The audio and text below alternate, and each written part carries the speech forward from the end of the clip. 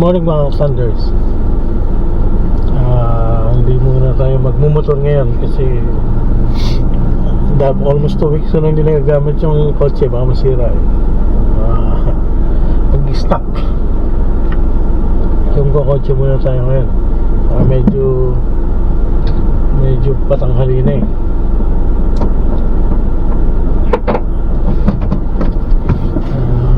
gusto ko lang magbigay pugay sa aking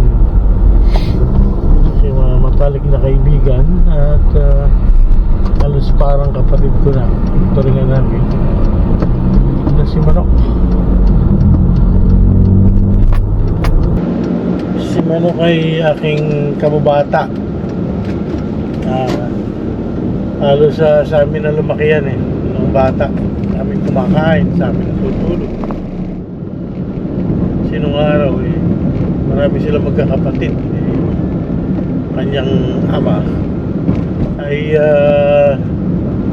isang driver ng pampasaherong jeep sa Rao, biyaheng Florida. Nung araw naman kasi hindi naman ganun kalakihan ang kinikita nila. Paboundary. So madalas siya nasa bahay. Kaya halos parang kapatid ko na yan parang anak na rin ang ina yan.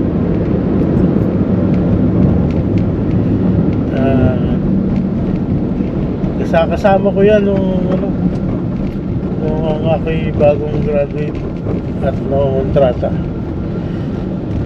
Sabay kaming natuto sa pag-electrician kasi nung araw nung kontrata ako, nag-electrician ako, kami dalawa Actually, 3 kami magkakasama. Original 4.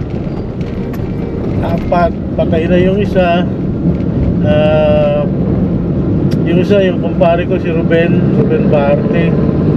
Siya yung talagang electrician. Siya na yung nagturo sa amin. Siya yung nag-guide paano magtubo, paano mag-wiring, paano mag-layout. Kasi wala pa rin experience ng bata pa ako.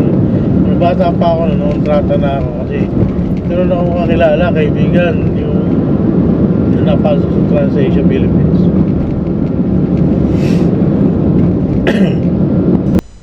Madami kaming mga pinagsamahan ng mga projects. Lang itong huli yung ginagawa yung clinic ng anak ko, dental clinic ng anak ko. Kasamaan kami ng loob. Hindi niya tinapos yung trabaho doon. Iniwanan ako. So meron kami isang parang hindi kami nagkasundo sa isang bagay. Then niniwala niya yung trabaho. Doon nagkasamaan kami ng loob. Hindi kami nag-usap ng nagbatian. Hanggang isang araw nabalitaan ko na lang na inatake daw siguro.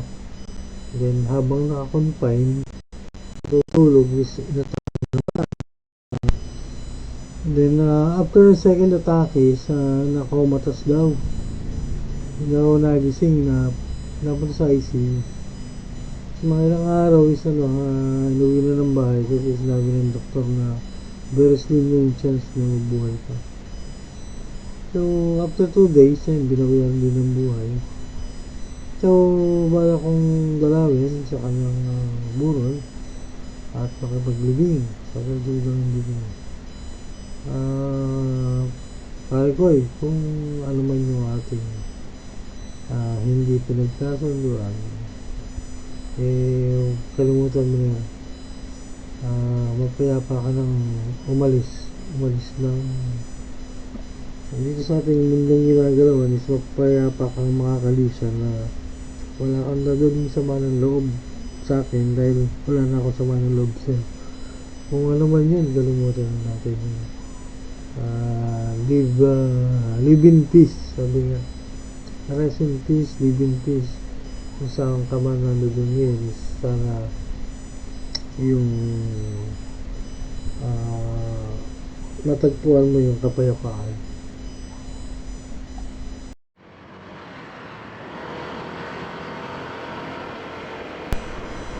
Good morning mga Katangers. Today is Saturday, morning. At libing yung aking kaibigan kaya ako pupunta. 10:30 sabi. So on the way ako dun sa bahay nila para makipaglibing. Ihatid siya sa kanyang huling hantungan. On the way sa bahay nila is nadaanan ko ito nadaanan ko yung Sitangs. So kumakain dati ng tokot baboy, tokot baboy. Yun naman siya kasarapan. Yun naman siya extraordinary pero yung pangalan na lang kasi. So naisip ko kain muna ako bago pumunta dun para mag-imbasig ako. At abutin mo ng alas 12 hindi na ako. Hirap kasi bago nabutin ka ng alas 12 tapos abutin ka. Tapos pa pa ng mga kalingan. Ito, may time pa. Time check is only around 9 o'clock pa lang ito. Yan. So, at tayo dito sa sita. Tingnan natin kung ano meron.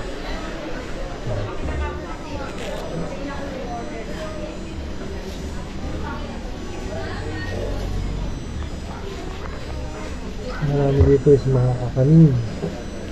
Ayan, yung butido, tapos mga puto. Sa rin puto. Para may ganito sa bahay. Bumili na lang kayo na may puto. Ay, puto. Yan.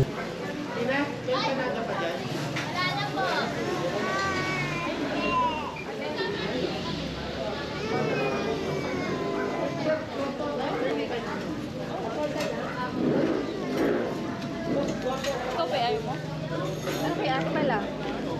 Ha? Ano kaya ako?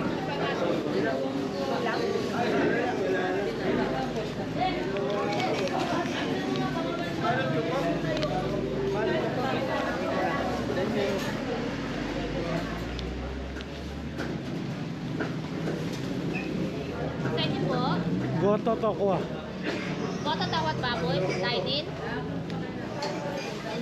Dine-in na pala. Kami. 90 po yun. Serve ko ng alam po. Sige. For dine-in. Hindi pa kasi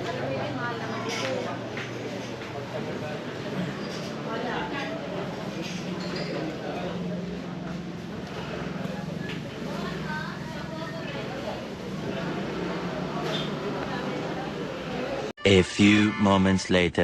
Our hearts beat to the city streets. We began to feel the fire. We rise like tall buildings as the chemicals they take us higher. The night's young and it's just begun as she puts her hand in mine. We wanna chase the night, wanna dance to the light, pull the stars from the sky, just two hearts running wild. Never sleep, never stop, as we shout from the top. We're gonna be two hearts running wild.